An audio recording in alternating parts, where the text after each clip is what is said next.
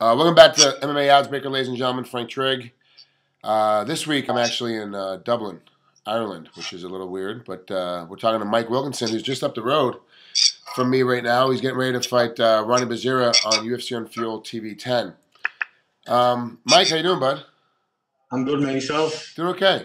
What's we had a couple of different times scheduled for our interview, but some stuff kept coming up today. What's been going on today?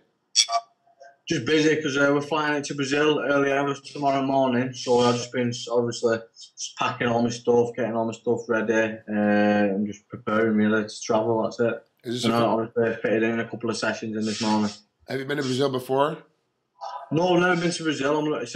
Obviously it's a dream come true fighting in Brazil. I've always wanted to travel there, training, whatever. But to fight in Brazil, I'm looking forward to it. It's going to be good. Did you try to do any acclimation drills, get yourself ready for the time change or the food difference or anything like that? No, my food will just be the same. Obviously, I eat clean. I've always ate clean, so I'm ready for that. And training-wise, I've always been fit. And I've been training a lot with the training mat. Obviously, doing intervals, training on the watt bike, sprinting, swimming, everything. Acclimatising to Brazil, into the heat, into the fitness, that ain't going to be a problem for me, I don't think. Have you? What's the time difference between where you are in Brazil? I think it's 3 hours. 3 hours different. I think they're 3 hours behind. Than that, I think. So it's not too bad then. It's not a huge difference. It's not like no. Honestly, no.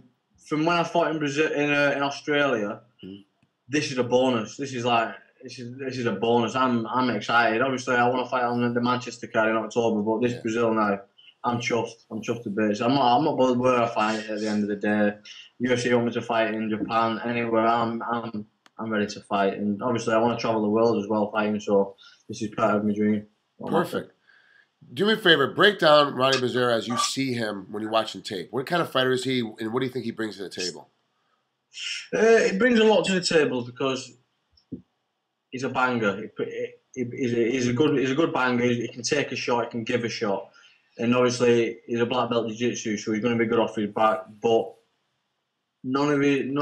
all of his game, there's not one part of his game where I'm bothered about that I can't conquer it myself. So, but yeah, he's a tough opponent, and I think he's going to be my toughest opponent to date. But I want tests. I want bigger fights. I ain't in here to fight bums and cheat my way to the UFC. All the way through my career, I fought decent people.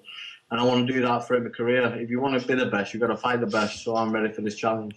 You know, you're 8-0 right now. You've had a bunch of great victories running through. You decisioned Bernard Longanane on the UFC on FX Card 6, which you alluded to earlier.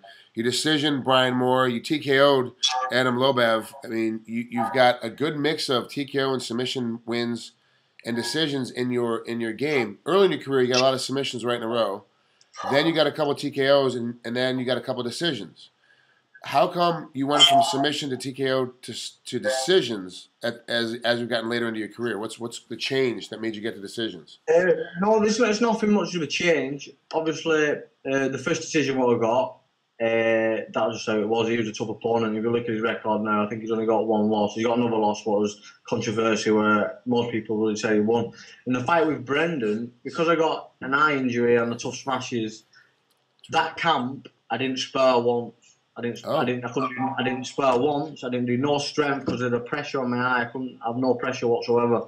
But it was it was my shot for the UFC, and I wasn't going to give it up. I wasn't going to say, no, I can't fight, my eye's not right. Fuck that, I'm fighting in the UFC, whether I've got one arm broke or whatever, I'm fighting. So that fight was just, to me, it was just having a straightener with my mate. It was like just going meeting someone having a scrap.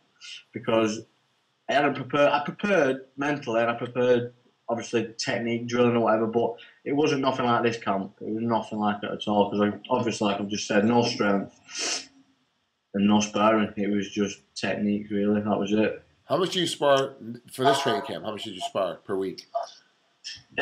Once or twice. We mix it up. For the first part of the camp, it's a lot of technique and a lot of brain food, a lot of drilling, a lot of getting everything in. And then as you step it up, because I've always trained hard, so as I step it up each week, we add more into it, add a bit more, and then obviously the last couple of weeks it's intense. Now, how bad was that eye injury back on Tough Smashes?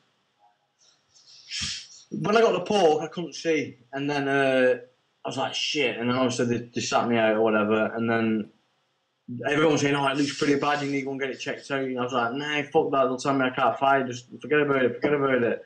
And then the camera crew took a photo of it and then sent it to production. Oh. And luckily, the production said, listen, just go and get it checked out. Be on the safe side.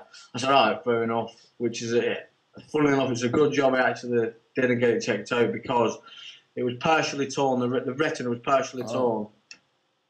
And if I took any more knocks on that, it would have completely torn. And me and Brendan agreed, because we were both in the semi-finals, we both agreed to slug it out for 15 minutes, not try and knock each other out, and get the bonus for the best fight of the series.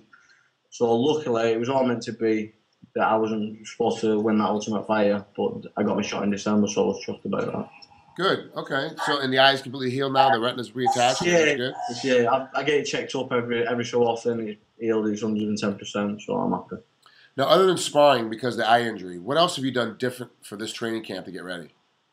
A lot of jiu-jitsu, a lot of gi work jiu-jitsu, and I actually enjoy it. And after this fight, I'm gonna try and do a tournament somewhere, a Brazilian jiu-jitsu tournament. So. Good. Expanding everywhere. But yeah, done a lot of jiu-jitsu, tightened my game up, my ground game. My wrestling's improved just as it was before, and a lot of stand-up.